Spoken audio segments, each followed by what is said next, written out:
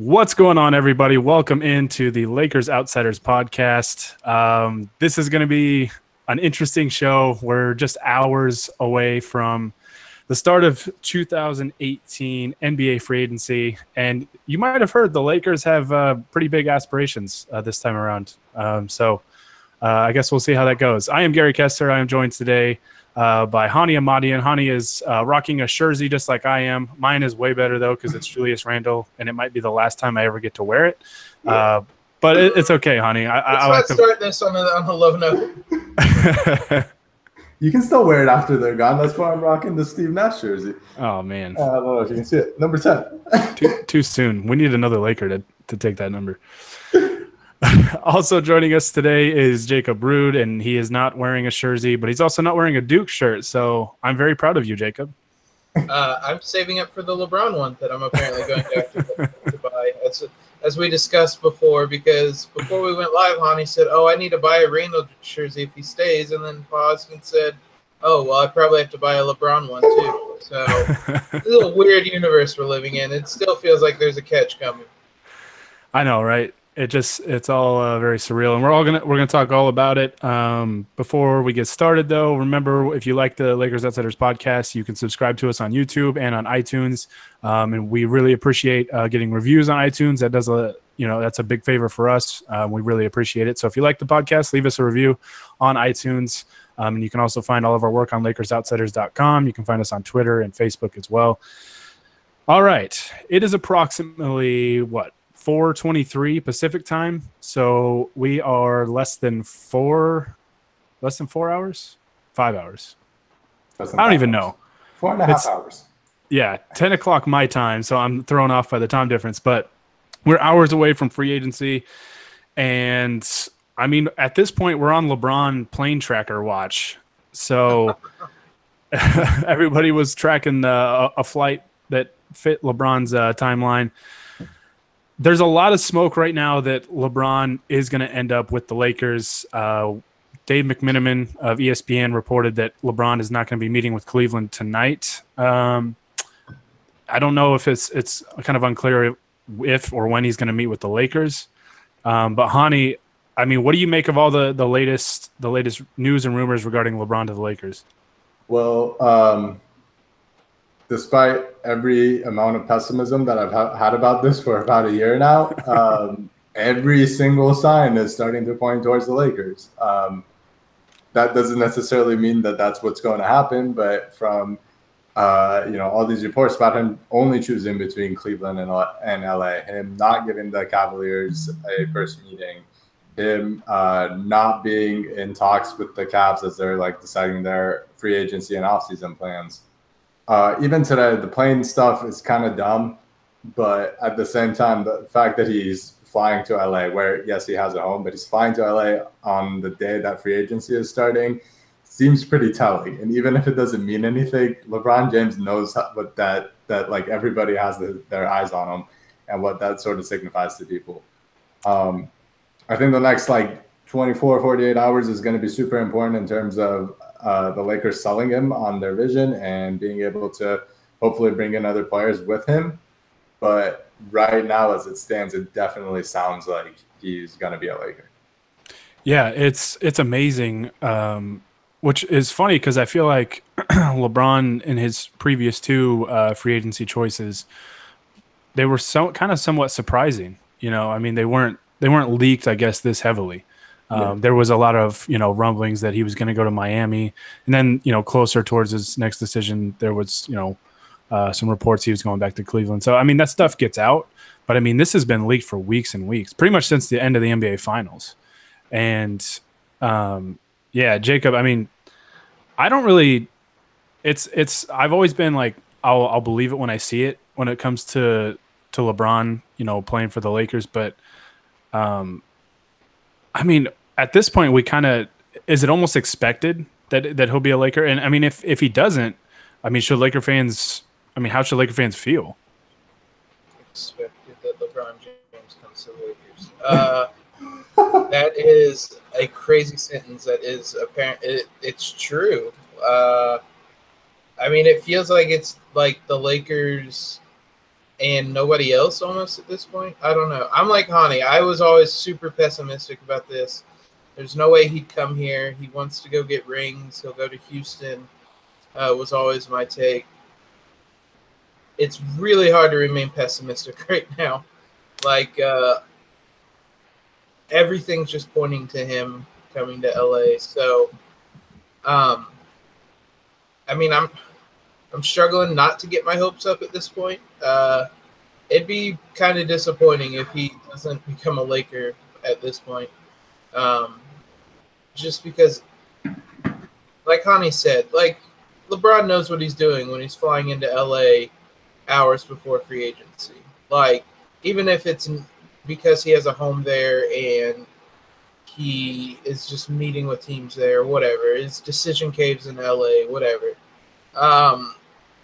He knows the optics around flying into LA the day before. And it's stuff like that where it's just like everything just feels like it's pointing to LA, and I can't wrap my head around it. LeBron James very well could be playing in a Laker jersey next year, and that just seems insane to me. Even seeing like the jersey swaps, like the photoshops of LeBron in a Laker uniform, it still kind of looks weird to me because it's just something I guess I never ever expected. I mean, there was the rumors that the Lakers were going to go after him in 2014 when he left to go to Cleveland, but you never like really realistically thought of it. And like now it almost feels like a foregone conclusion at this point. And man, I think the Lakers are in a good spot, even if they don't get free agents, just because they've got a good young core, and I think they're going to be better next year because of that.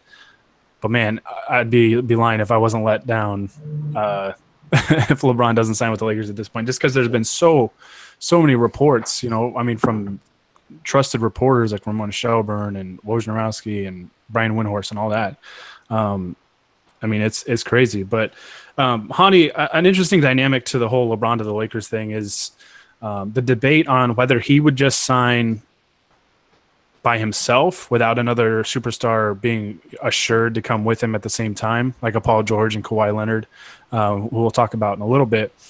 I mean, are you buying at this point that doesn't really matter? That, I mean, he is willing to sign by himself? I think that LeBron is leaning towards signing with the Lakers regardless of that, but I also do believe that he's going to put as much pressure and leverage on the Lakers to make another signing or a trade before he does that. Because he always has the option of going back to Cleveland and going to a team that has been to, 4 straight finals and running the East like he always does. So he always has that option, and that's a big leverage point. So I think there's a chance that he still signs with the Lakers if they don't get anybody, but I think the Lakers will be pressured into getting somebody first just to force his hand and make him sign here. Yeah, I think it's going to be important. I mean, I still think that they really have to sell him whenever they meet with him, if they get to meet with him. I mean, if not, then it's pretty clear his mind is probably made up, I would think, if, he doesn't need to even meet with them. But I think, yeah, like you said, Honi, I think they're going to have to get him some more help, just because I think, if you add LeBron to this young core and say you bring back Lopez or maybe even KCP, like you bring those guys back on another 1-year deal.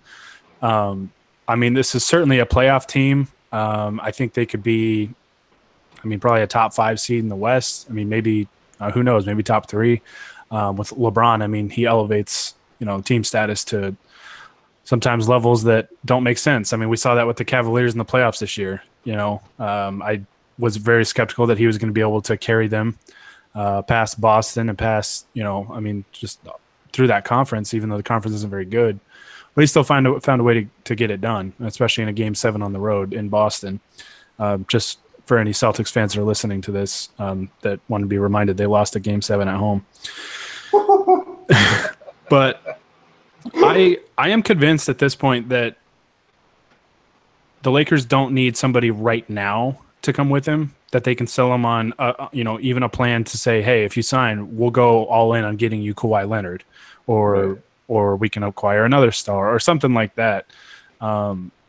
Jacob, I mean, how do you feel about it? I mean, obviously the Lakers want to get, another max guy like Paul George to come with him. That's looking less and less likely, although, you take some of these reports with a grain of salt. But, I mean, how do you feel on what the Lakers can offer LeBron in terms of a supporting cast? I mean, even if they don't add anybody or their plans to add another star, I mean, how do you feel about that whole situation? I mean, right before we went live, we posted a piece where Brian Windhorst said that LeBron James is moving towards becoming a Laker. And I said in that LeBron James coming, him making a decision or announcement early would change a lot of things. It's kind of I don't think he'll decide tonight, but I think there's a chance and there's logic behind it. Because if LeBron announces, let's say at 12:01 tonight, just hypothetically, then all of this fabricated pressure that the Lakers supposedly had in these Spurs trade talks go away. Mm-hmm. And all of you can go into a meeting with Paul George and say, hey, you can come home and you can play with one of the greatest players of all time. And it's going to be really hard for him to say no to that.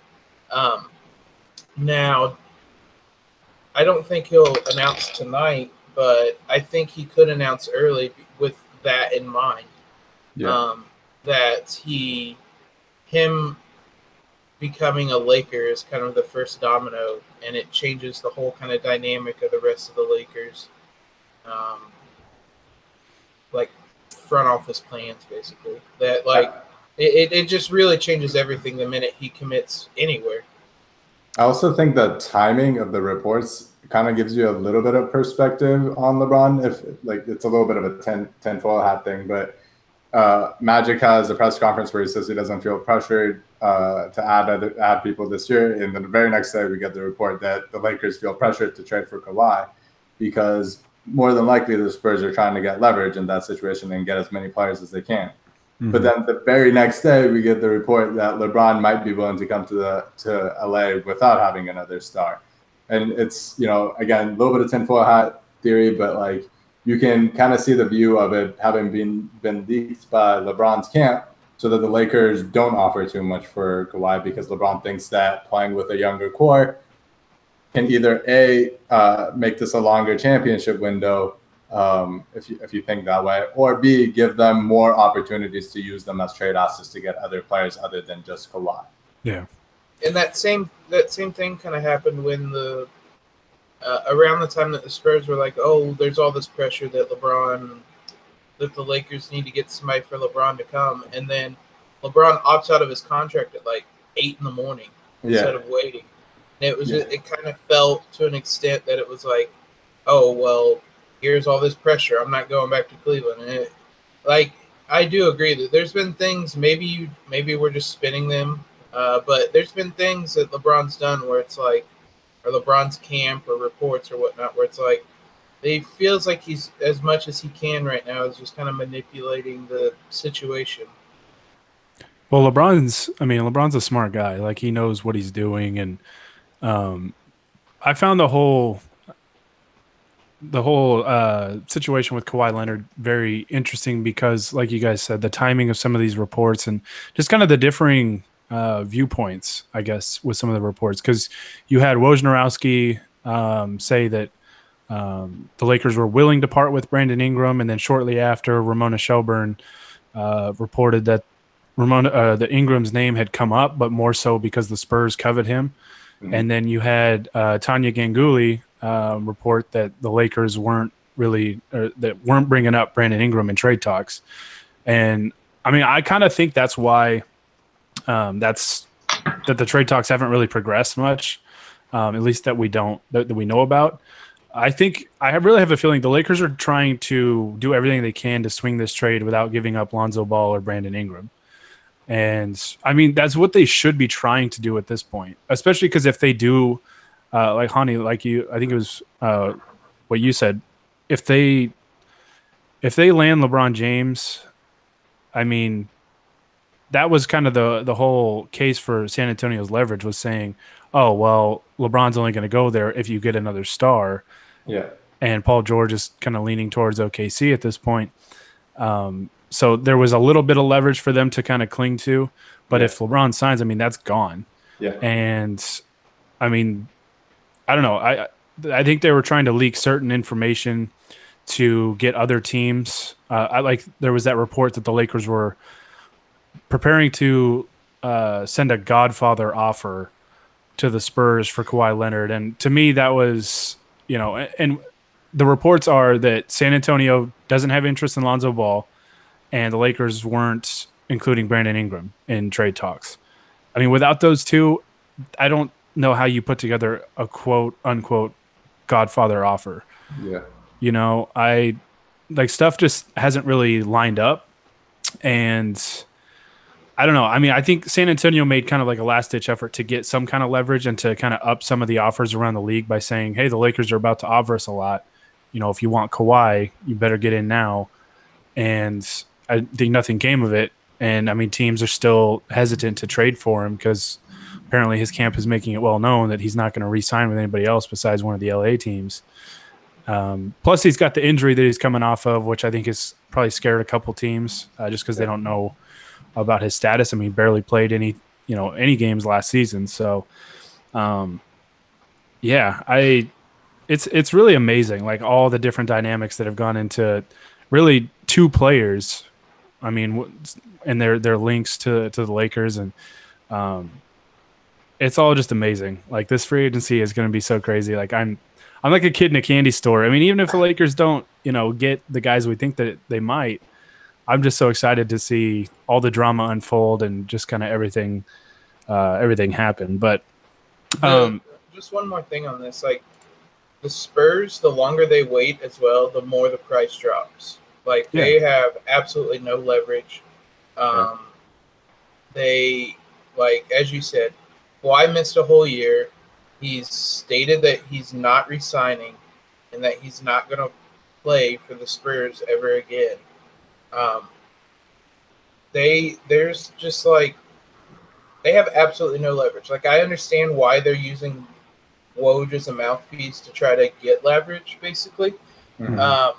And they're doing all they can, but like the longer they wait, the worse that trade return is going to be. So I mean, I would think at some point they'll realize that and finally just pull the trigger. I mean, especially when, like I've said a couple times already, especially once the Lakers get LeBron, that price just plummets. I also think they're absolutely not trading Ingram or Lonzo if they get LeBron. I also think that the Lakers, really across two front office regimes, have been really patient with these sort of opportunities. Like, yeah, it doesn't necessarily matter that Mitch Kupchak did this, but he wasn't willing to trade Brandon Ingram for Boogie Cousins at the trade deadline when DeMarcus Cousins did get traded. Last year, under a new regime, Magic Johnson and Rob Pelinka didn't offer too much to get Paul George because they had a feeling that he would be a Laker the next summer anyway. We don't know exactly how that worked out, but you can make the case that they're overvaluing their guys, and that's very much possible. Like we don't know how good Brandon Ingram is going to be, but they're also doing a really good job of kind of using the assets that they've collected over the last few years because of all the the bad season and the top draft picks to find the most ideal situations and kind of play both sides of the coin where they have young talent that they can continue with, and that's a pretty good situation to be in. Or if they find an ideal trade, move them along and get your superstars and have a contending team. Right, and that's a big thing here is that the Lakers have that safety net of their young core that, if they aren't able to get the right deal that they want or they're not able to sign free agents, they still have that to fall back on and to say, hey, they can basically just punt that cap space by signing 1-year deals, until next summer with another good free agent class, and they can just keep building this core and keep developing them. And, if they look even better next year, then you have even more of a selling point to free agents or to try and swing a trade with one of those guys or a couple of them or whatever. and like Honi and I were talking about this earlier today, there's a lot of free agents that'll be on the market next year. I mean, obviously Kawhi, Jimmy Butler is the other big one, with just all kind of the chaos going on in Minnesota with Tibbs apparently wanting Luol Deng or whatever that was. Just everything going on there, like it's not far-fetched to think he leaves there. Maybe PG does a 1-1 and he's a free agent again next summer. Kyrie was the other one. I'm gonna say that he's probably not gonna team up with LeBron again. But punting to next year, I assume that's what the Lakers will have to convince LeBron on. That come and we'll eventually get you your second superstar. But there's a lot of people it could be next year. Or maybe there's another situation like the Kawhi one where somebody is some superstar becomes upset with their current situation and wants a trade, and the Lakers have acquired all these or amassed all these assets that they can finally pull off a trade. That's what the Kawhi Leonard situation has kind of reminded me, that things can change so quickly in the NBA. You know, coming into last season, I mean, everybody assumed, well, Kawhi Leonard's a Spur for life, right? Like, there's no way, like, he's a perfect fit there. He's kind of a low-key guy, doesn't say a whole lot. They've won there. They've been successful. He has a good relationship with Pop, all this stuff, coming into the season. So everybody assumed he's never going to leave the Spurs. And, I mean, in the matter of basically one full season, it went from he's never leaving the Spurs to he's never playing another game with the Spurs. Like, it's amazing how fast things can change. And so, a lot of different superstars, it might, not a lot of different superstars, but certain guys could come available that you didn't expect to come available. And, one last note that I wanted to say about the Spurs. I've seen some people say that, San Antonio does have leverage. They can just make Kawhi play next season. They can wait till the deadline. I mean, if you're waiting till the trade deadline to pull off a trade, you are getting pennies as offers, because nobody is going to want to just trade for the guy for half a season potentially, and then watch him walk. So, and another, I mean, if the Spurs if that's really kind of their selling point as leverage, is we can just make him play next season. If I'm any of these other teams, especially the Lakers, I would just say, I dare you. I dare you to make him go back to that situation. Your locker room's going to be a mess because your teammates don't like him, or his teammates don't like him. They're basically the reason why he wants out, because of comments from like Tony Parker and, some other guys. That locker room would be so incredibly difficult to manage, and there'd just be so much turmoil. And so, yeah, if for anybody saying the Spurs have leverage because they don't have to trade Kawhi, they kind of do. They do. Like, there's no way you can bring him back to that locker room. I don't even know if he would show up, honestly. It sounds like he is so upset. It sounds like he's made it pretty clear that he would not go back to that locker room, even if they don't trade him. Yeah, and, for those people saying he can't sit out another season because he pretty much sat out all of last season, somebody out there, I don't care if Kawhi has sat out 2 years in a row, if he's, relatively healthy, somebody out there is going to give him a max deal. Like, when healthy, he's arguably a top 5 player in this game. Yeah. So, somebody is going to pay him, whether he sits out next year or not. So, I'm sorry. I just don't see any scenario where the Spurs have leverage here. Good luck to San Antonio convincing free agents to come play for them if they just don't trade him. Like, right. He just sits out the whole year. Like, it's just it's a horrible PR move, and it's just, there's no way. I don't see any scenario in which he is on the Spurs on opening night. Yeah, that's another point I was going to bring up, is that, nobody is – they might have already, kind of tarnished their image a little bit, where a lot of big-time players – because we've seen it 2 years in a row now. It was LaMarcus Aldridge last year, right, that wasn't happy with his situation, and Pop kind of, talked him down a little bit and kind of repaired things a little bit, but he's not going to be able to do that with Kawhi, it looks like.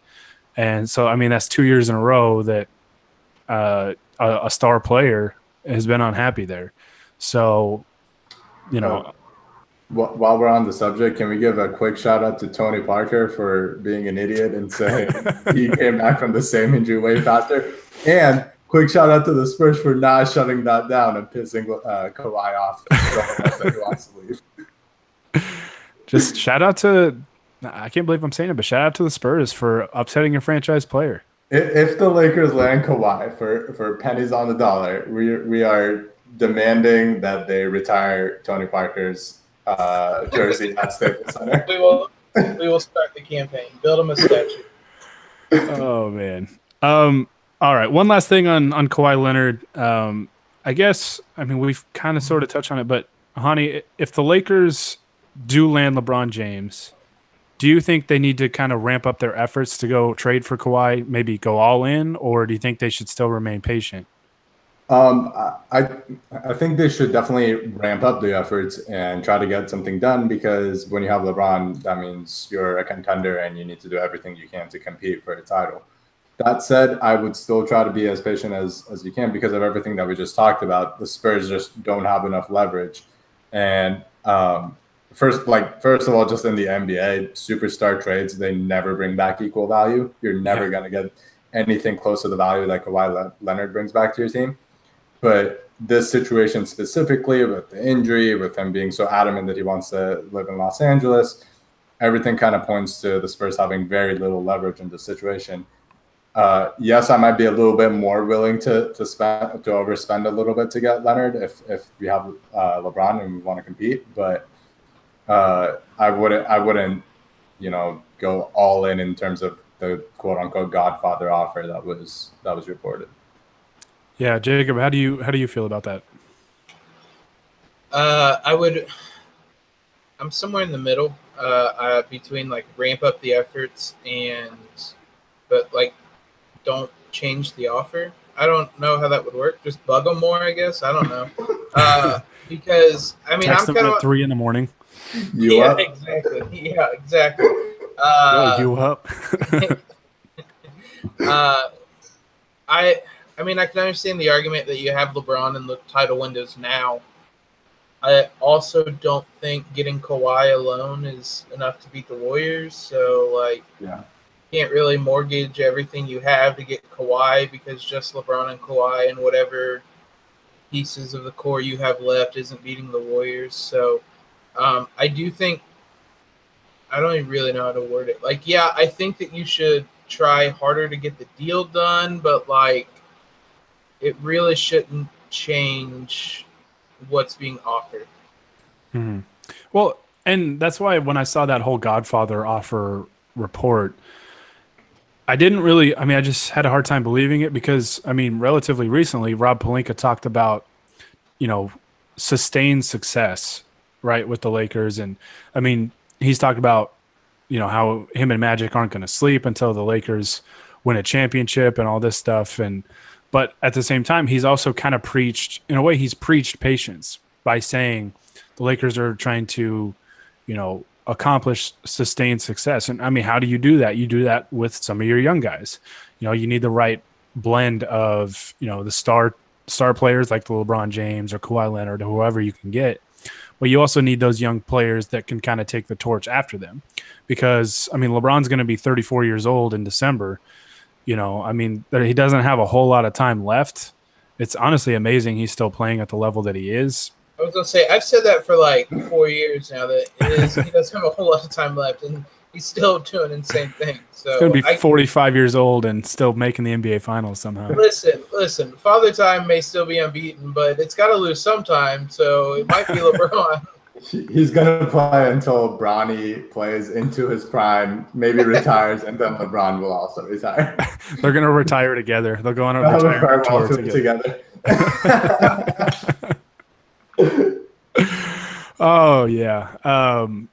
But no, I mean, that's, like I said, I mean, with some of these guys, I mean, Kawhi Leonard just turned 27 the other day. That tweet by the Spurs was probably the most awkward thing I think I've ever seen. But yeah, I mean, you still have to have those young pieces, just because you want to be set up for now, but you also still want, something concrete for after, like your current generation of star players moves on. So I'm right somewhere in the middle. To me, I still think the Lakers could be patient just because, I mean, the season doesn't start for, 3.5 months from now. So they could still be really patient. And, I think the closer and closer the Spurs would get towards the regular season and, training camp and all that stuff. And, I think they'd start to feel some pressure to say, we need to resolve this situation. And, they might take a deal less than desirable, but they might not. But to me, the Lakers need to test that, and they need to be patient and they just need to be smart here because they have the leverage and the Spurs don't. I keep hearing people say like, oh, the Spurs have some leverage. They really don't. I just don't see any scenario that they do, especially now that LeBron has opted out, and especially if he signs with the Lakers in the next couple of days or agrees to a deal. I guess he can't sign until the 6th, but yeah, I just don't see any scenario where the Spurs have leverage here. I mean, they're going to have to figure out a solution, and it might be something that is less than what they want. And we've seen this multiple times that the disgruntled star wants to leave and they get traded for pennies on the dollar, like we've said. Like I said it when it first happened, and that was 2.5 weeks ago, I think, that this trade is not going to be for what people perceive it to be. Like, right. This is going to be another situation like PG was, or even Kyrie to a certain extent, that the guy wants out and everybody's like, oh, well, just make him stay. And everybody knows it's not going to happen. And they're eventually going to, 2 weeks too late, basically, trade the player for nothing. And that's how I assume this is going to play out. It might not be to the Lakers. It might be Philly or Boston or who knows what, the Clippers. But I think he'll be traded, and I think it'll be pennies for the dollar because the Spurs sat on their hands for 2-3 weeks. Mm-hmm. Yeah, I mean, like Honi, like you said, I mean, you mentioned the DeMarcus Cousins trade. That trade was a great example, and I mean, Cousins is not the level of a Kawhi Leonard, but everybody's reaction to that trade was like, wow, Sacramento got like nothing in that deal. I mean, they got some pieces like Buddy Hield. They got a first-round pick. I think it was just one first-round pick. Yeah. And yeah, I mean that was pretty much it. I mean, there wasn't a whole lot, and they had more time to trade him, and they didn't have to trade him then because he still had a year and a half left on his deal. Yeah, so granted, it's the Kings, but I mean, really, we saw it with the Kyrie Irving trade too, and they had even more time, and that was trading against, LeBron's wishes, as he's openly stated. And I mean, when you look back on that trade, it was Jay Crowder, what turned out to be Colin Sexton with the number 8 pick, and Isaiah Thomas, who was dealt to the Lakers. So, I mean, really all they have left over from that trade is Colin Sexton. Yeah. And if you at the time, if you would have said the Cavs are going to trade Kyrie Irving for the number 8 pick in the next draft, everybody would think you were nuts, right? Yeah. So, yeah, I mean, superstar trades just don't typically yield the same value as most people would think. So I think that's going to be the situation here because I think the Lakers kind of hold the cards, and it's just a matter of time. Either San Antonio is going to, send Kawhi Leonard to the Lakers for for less than what they want, or they're going to find another trade partner, a team. We saw it with Paul George last year. A team like Oklahoma City came in, and I mean, even then, that's another example. I mean, at the time, Domantas Sabonis and Victor Oladipo for Paul George seemed like a very cheap price to pay. Yeah. And, it looks better now for the Pacers because Oladipo had a fantastic year and Sabonis, looks solid.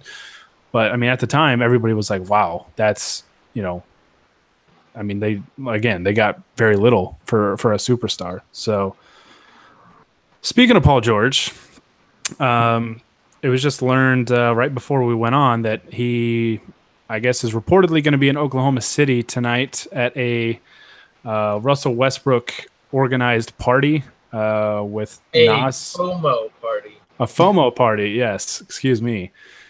FOMO OKC, yeah. There's a lot of rumors now. Really, all the noise is suggesting that Paul George is likely going back to the Thunder, which is really surprising. I guess, Honi, I mean, how do you feel about Paul George? I tweeted this out last night that I think, I mean, it's my prediction and it's like a total guess, and it'll probably, like I said, it'll probably be wrong. But I think if the Lakers can get LeBron James, that Paul George is going to follow him.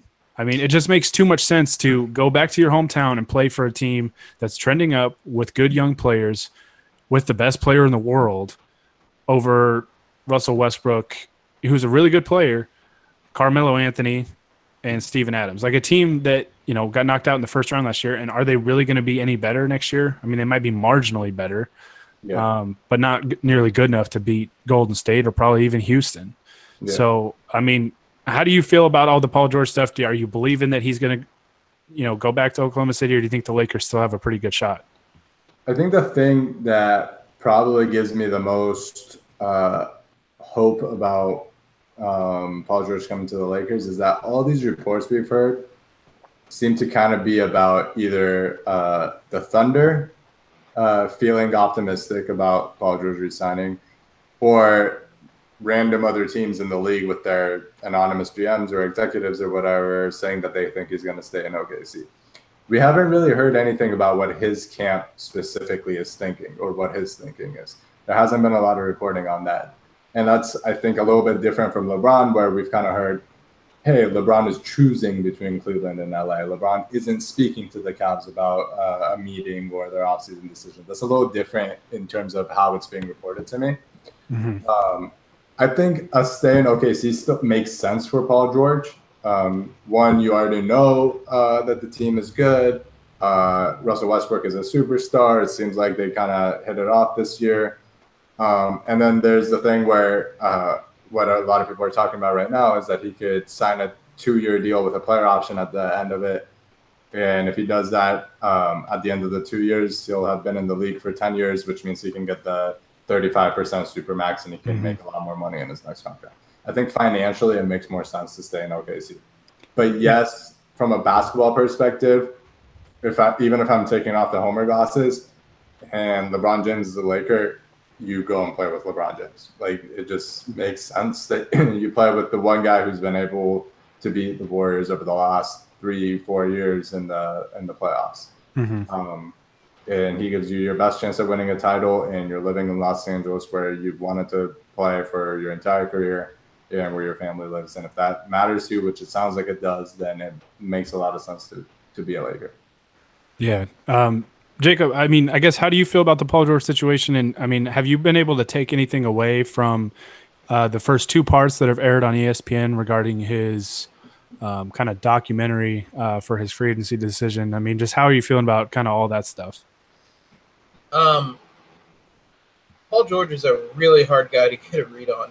Yeah, he really because is. I mean, we saw it all year. I guess panders is the right word almost. Like, he says whatever the audience in front of him wants to hear. When he was at LA, he was talking about playing at home and all that. And when he was in OKC, he'd have quotes about playing with Russ and growing a bond there. And it was just like, that has been like my main thing this whole like lead up to free agency, is that it's really hard to get a read on Paul George, even though everybody is going to try. So I really haven't taken any report that seriously. Because, I mean, this time last year, we thought it was almost a given that he was coming to LA. So I just can't shake those reports about him wanting to come home and being, what was the phrase he used? Hell-bent, I think, on coming to Los Angeles. As for the documentary, listen, if you're going to go in a documentary and say, I love LA, it's home, I grew up watching the Lakers, and then signed for OKC, like, I'm not going to roast you, but you're pretty much asking for it. It's not the best look. and I can't remember his exact. Like he grew up watching Kobe. That's what it was, and like he wanted to play for the Lakers, and it's like, all right, if you're doing this documentary and then you're gonna choose the Thunder after saying that, like you're asking for it. Let's just say when he spends his off seasons in LA, he's going to be greeted home a little bit differently, I think, by the citizens of Los Angeles. So a little bit. Yeah, no, I mean, I've had two kind of moments that really stood out to me in terms of his little documentary series. The first one was the fact that Sam Presti was on it and was talking, I mean, directly into the camera. They obviously asked him to come on. And so, I mean, when I first saw it, I was like, that's really interesting. I feel like on one hand, you wouldn't invite your GM to, be on your documentary series if you're leaving, but on the other hand, in the very same episode, I think actually after that, Paul George openly states that he, basically openly stated his desire to put on a Laker jersey. Like he said, he still thinks about it. Like he was telling Dwayne Wade about it and like how it's still something he wants. And then he said, but at the end of the day, it's about winning a championship. And I don't know, for me, especially talking to Dwayne Wade, who of all people knows what it's like to play with LeBron James. And, Wade was a guy that, I mean, had won a title in 2006, but after that was getting kind of knocked out fairly early in the playoffs. I mean, even mentioned he was tired of getting knocked out in the first round, which is why him and LeBron kind of teamed up. I mean, Paul George, you just got knocked out in the first round. You have a chance to team up with LeBron James. So, I mean, if anybody's going to kind of be able to speak on that, it's going to be Dwayne Wade. And I don't know, like it just makes so much more basketball sense to me to go with the team that's up and coming with the best player in the world in your hometown, instead of Oklahoma City, who is a good team. Like, don't get me wrong. I mean, they were a quality playoff team last year, but they're a team that, I don't know. I just feel that they're at their ceiling already, and it's not nearly good enough. So, if, as he said, his goal is to win a title, and LeBron is in LA, you can't go back to OKC and say that you want to win a title. Yeah. He said many times, he's like, oh, well, we'll get together and figure out who we want to recruit. And it's like, bud, Casey's, if you go back, is going to be paying $250,000 with luxury, or $250 million with luxury tax. Like, nobody's joining that. Yeah. And Andre Roberson isn't putting you over the top. So not unless he becomes the shooter somehow. If he becomes Steph Curry or Klay Thompson level shooter, then he'll put you over the top. Goes from one of the worst shooters to one of the best shooters in the league. Then they might have a chance. Yeah. So, I mean, as long as we're not ruling that out or whatnot, no, I'm not going to fault him because going back to OKC is the better option financially. Mm-hmm. But if he uses the excuse or whatever, the reasoning that he wants to win a title, and LeBron is in LA, no, there's no way. That OKC team is not competing. They're nothing more than a second round playoff team. Yeah, I mean, if winning a title really is his number one option, to me it makes more sense to go play for Philadelphia than it does to play in Oklahoma City. I mean, especially if LeBron leaves the Eastern Conference, I mean, you're probably looking at Philly and Boston as the two favorites to come out of that conference. And if Philly added a Paul George to Embiid and Ben Simmons, I mean, that's a really good, trio of players. And that's just my thing with Oklahoma City is that we already know what they are. Unless Sam Presti is going to swing a trade somehow, and I mean, unless you're offering 4 first-round picks, nobody's taking Carmelo Anthony's contract, even though it's an expiring. I mean, it'd be hard to just make that kind of deal work anyways because he makes so much money and the money has to line up. I still believe that, I mean, and Honi brought up a great point about how all the reports with Paul George are coming from sources outside of Paul George's camp. we really don't know what he's actually thinking. There's a lot of reports that people around the league think that Paul George is going back, or the Thunder think that, they're optimistic that he's coming back. We haven't really heard, something from Paul George's camp saying, yeah, he's kind of leaning towards Oklahoma City. So I don't know. I think there's a lot to this story that we're not seeing yet. And I think Paul George is at least going to listen to what the Lakers have to say. And I think, it's pretty well documented at this point that he respects Magic Johnson a lot. I mean, pretty much all NBA players do. But I mean, those two have a pretty solid relationship from what we've heard. And I don't know. I mean, if the selling point is, hey, we're going to get LeBron James, I think that'd be really hard for him to pass up still. I know he doesn't want to disappoint Russ and probably doesn't want to be seen as the bad guy like Kevin Durant was when he left to go to Golden State. But it'd be a totally different situation because, Paul George would be going to his hometown and to a team that, won 35 games last year, although they're adding, obviously, if they do add LeBron James. So the situation's different. I don't think he would be viewed negatively like Kevin Durant was. I mean, I think it's impossible for him to do that just because Durant, of who he went to and all that stuff. But two things. One, as you said, if you get PG in a meeting with Magic, Rob, and potentially LeBron, I even before LeBron, if it's just Magic and Rob and you get him in a meeting, I've said it's over. He'll come to LA.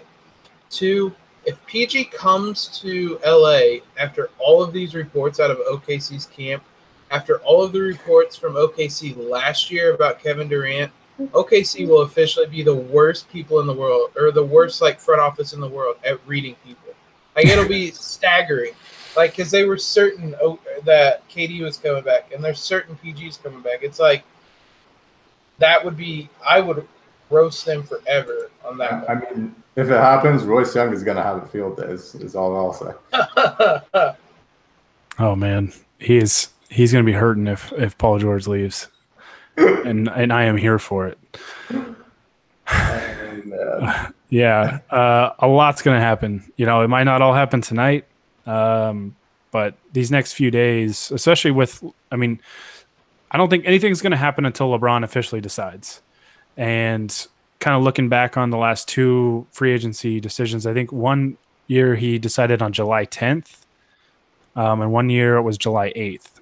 I don't think he's going to wait that long. It seems like, he has it narrowed down to two choices. And everybody's, Brian Windhorst especially has kind of said, expect it by July 4th.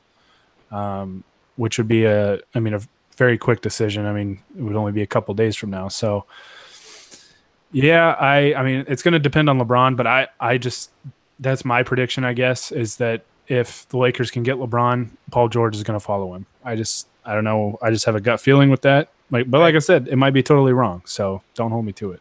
I agree with that. And also, there was a couple people who were asking about the FOMO party. Paul George is also supposed to be playing in this charity basketball game that's going to be live on YouTube in 20 minutes. So, in 20 minutes, we'll know if he's in LA or not. I guess you could fly out after and maybe have your big FOMO party at midnight. But, Please never stop calling it a FOMO party. I'm laughing to myself. I'm calling it a FOMO party. That's what it's going to be called forever. Did you sign your non-disclosure agreement? I did not. That's being passed out at the party? Yeah, which is also amazing. You have to sign an NDA for the FOMO party in OKC. He could go do it after the game. He could fly out.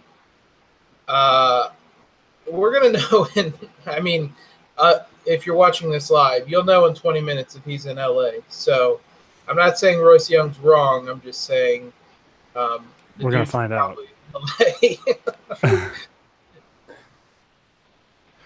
Yeah, I don't know. It's funny because we always kind of free agency gets hyped up that like July 1st, like be there because all this stuff's gonna go down, and then like, you know, you get like some meetings and stuff, but like very rarely do deals get done like that first night, like any like significant deals, I guess. Shout out to Timothy Mozgov, who got signed at 12:01 a.m. Eastern 2 years ago now. But yeah, I don't know. I mean, it is a process for these guys. So, you know, it's not going to be something that probably happens right away, even for a guy like, you know, like LeBron, who might already know where he wants to go. So, yeah. But one last thing on Paul George. I remember actually Royce Young brought up this quote, and I don't remember the direct quote, but it was something. It was talking about Paul George. Something he said that, you know, basically openly stating, yeah, I'd love to go back home and play. He's like, every player would love to go back to their hometown and play. In regards to the Lakers, he was saying that, kind of alluded to the fact that he wouldn't just go there just to go there. But he was saying that, you know, if they get, you know, some players, and you know, the quote basically said, like, if they get some guys and it's like, okay, now we got like a team, like we can build something, like that makes it a lot more intriguing to go sign there. So that's why I guess my stance is with LeBron is that, you know, if the Lakers are able to snag him, I think Paul George isn't going to pass that up. But who knows? We're going to find out hopefully in a couple days max. You know, hopefully we do find out sooner rather than later, and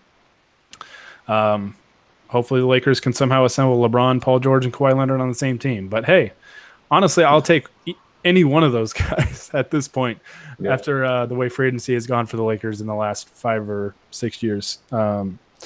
So yeah, one last guy we're going to talk about before we sign off and prepare for the free agent frenzy is one of the Lakers' own free agents, and that is Julius Randle. Who knows if he's going to come back to the Lakers next season? The Lakers did extend a qualifying offer to him, so he is a restricted free agent. They can match any offer that comes his way. And an interesting development in the last probably 24 hours or so, nothing official yet, but DeAndre Jordan is opting out, or did opt out, and he is an unrestricted free agent. It looks like, I mean, all signs are pointing to him going to Dallas, which is just blows my mind after what happened 3 years ago. An agent got fired because of that. Yeah. So, but it looks like, I mean, all reports are indicating that's where he's going to end up for probably good money. And if that's the case, that takes the Mavericks off the market for Julius Randle, a team that's been linked to him. That's kind of his hometown and all that. Honi, I guess, should we feel pretty confident that Julius Randle could be back? I mean, one thing he could do, and I guess it's unlikely and it'd be unfair to ask him of it, but he could take his qualifying offer, which is at, I think, $5.6 million. And if he does that, the Lakers can actually sign 2 max guys just by stretching Dang. They don't have to find a trade partner for him. So that'd be huge. I mean, he'd become an unrestricted free agent next year, but the Lakers would still have his bird rights and could re-sign him to more money than anybody else. But how are you feeling about Julius Randle? Are you feeling it's more likely that he finds another team, or are you feeling like he's going to be back in purple and gold next year? I'm feeling a little bit more confident than I did early on because of what you said with Dallas. Dallas just always seemed like the biggest contender to sign him and give him a really big offer sheet that the Lakers wouldn't match. Indiana is another possibility, and they seem to be kind of set on Aaron Gordon instead, at least as far as the reports go right now. Obviously, that could change. If Aaron Gordon re-signs with the Magic, then the Pacers might start looking at Randle. And there's still a few other teams who have a lot of cap space that, as far as the reports go, are kind of hoping to use that cap space to trade for, or to use that as salary dumps, basically. Get a bunch of picks to take the Luol Dengs of the world into their roster. That said, I could definitely see one of those teams thinking that Randle's price is dropping, so we're going to offer him some decent amount of money that the Lakers might not be willing to match because they're trying to get all these other guys, and that might make it difficult for the Lakers to re-sign him. The qualifying offer thing is really interesting. There are guys that do that sometimes. Like Jimmy Butler comes to mind. I believe he did that in Chicago. Yeah. The kind of bet on yourself thing, have another really good year, and then you're going to get just paid because you're an unrestricted free agent by whoever. So I could see that happening. Obviously, like you said, it'd be really unfair to ask him to do that. He should make his money, especially this is a guy that broke his leg in his rookie season after one game. He's not going to risk. He shouldn't risk it, in my opinion. He should just make as much long-term money as he can. But that said, that's definitely a option that's on the table, and it would really help the Lakers a lot if he did that. Yeah, I'm always one of those guys that, you know, always will appreciate athletes that go get paid. I mean, go get every dollar that they can, because I mean, that's just human nature, right? You know, even for these guys that are super rich, like you still try and get every dollar that you can. Because you never know. I mean, I guess you never know when you might need it, or you know, you can support your family or whatever. So I wouldn't blame any player for taking money right now, and you know, possibly sacrificing money long term, I guess. But the qualifying offer option, I think, is more likely than people think. Although I still don't think it's like that likely. Mm-hmm.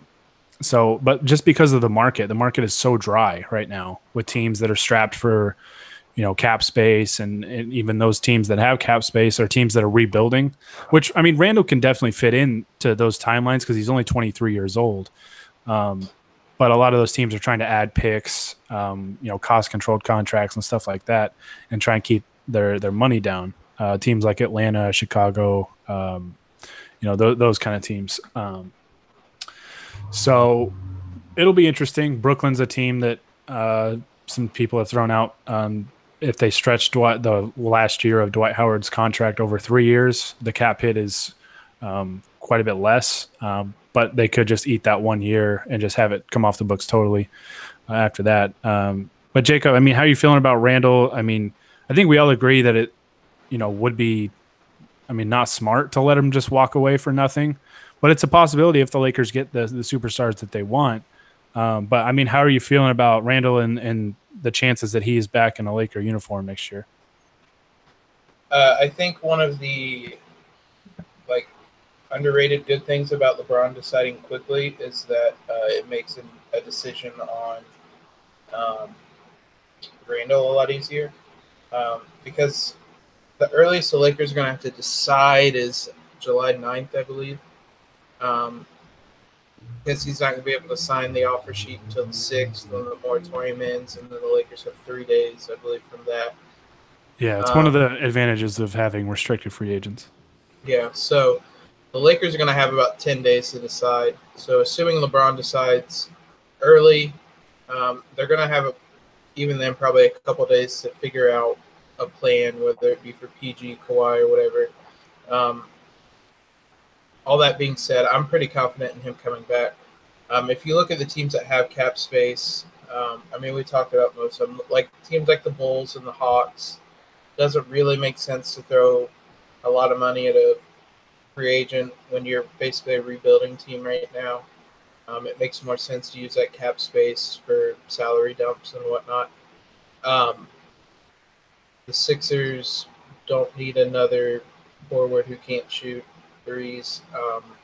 The Mavericks we talked about taking DeAndre Jordan. So, I mean, unless the Kings are going to add another forward to the crowded rotation, or the Pacers, who we've mentioned, they are targeting Aaron Gordon or like Will Barton, a bunch of wing guys. So it doesn't really make sense for or it doesn't really sound like they're going to target Randle. So, I mean, it sure seems like there's not going to be much of a market for him, which is crazy. I still think maybe a team in Atlanta, Brooklyn, or Chicago just throws him an offer sheet because why not?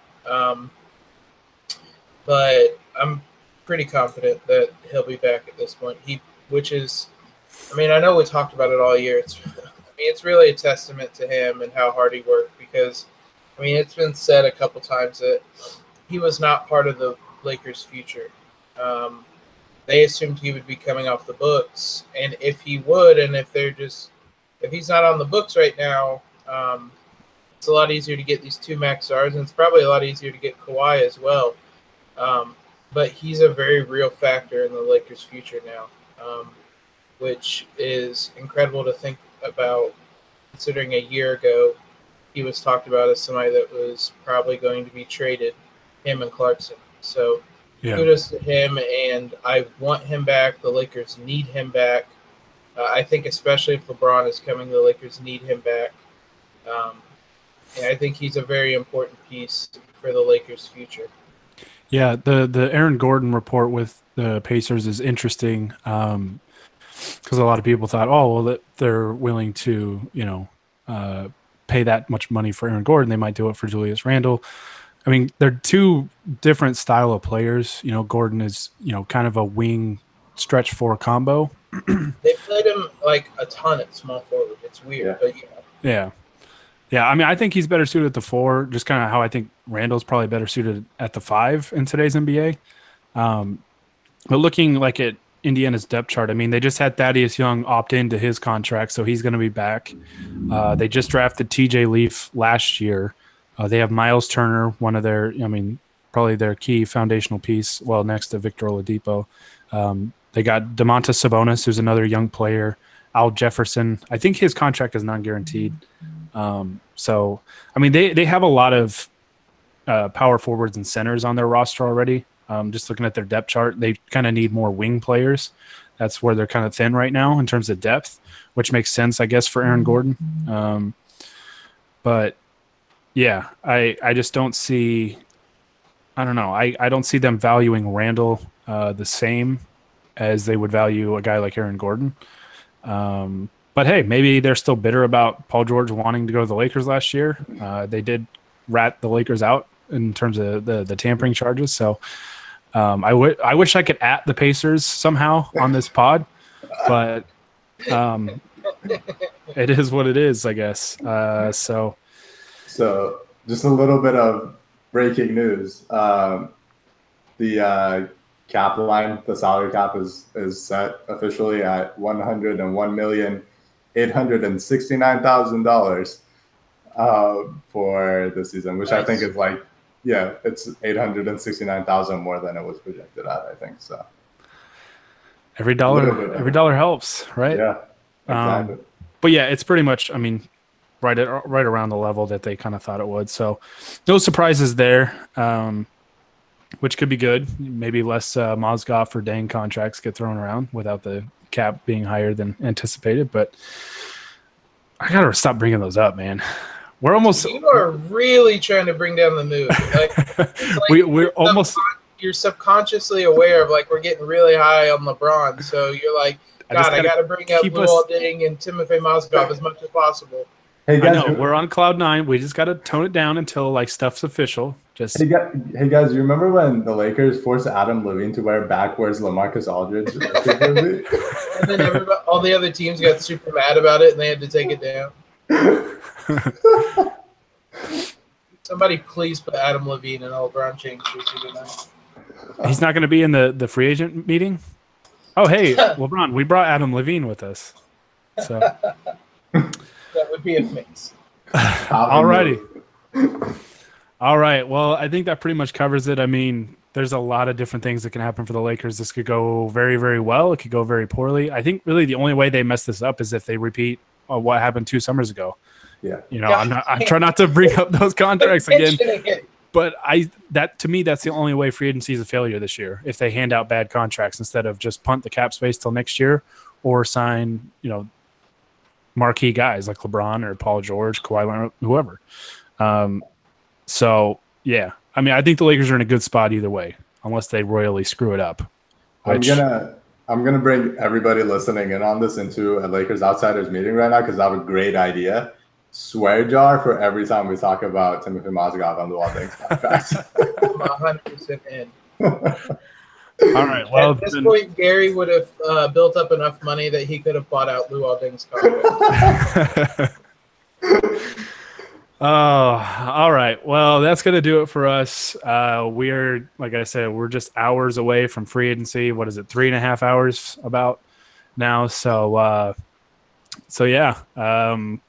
stay tuned. We're going to be all over it. We're all going to be up late, kind of hoping some stuff happens tonight. But if not, we're going to, like I said, we're going to be all over it. So, like I mentioned earlier in the podcast, if you like the podcast, subscribe to us on YouTube and on iTunes. And if you like the podcast, please leave us a review on iTunes. That helps us out a lot.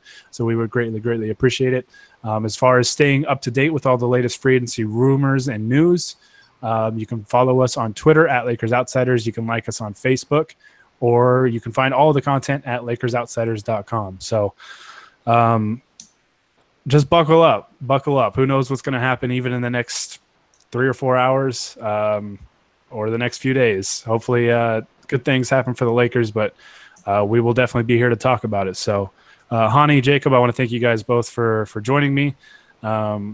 Until we have some concrete stuff to talk about, we will see you guys next time. Ain't no party like a FOMO party.